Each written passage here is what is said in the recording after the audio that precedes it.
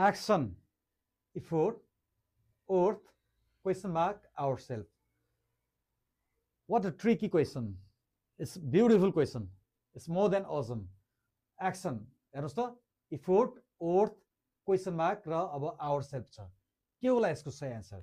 यसको सही answer guess गर्नुहोस् त. हेर्नुहोस्, सही आन्सर यसको REEF है त. किन REEF हुन्छ?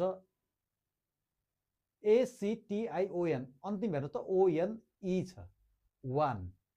Similarly, TWO 2, TH REE 3 हुन्छ, FOUR 4 यसरी राखिएको छ.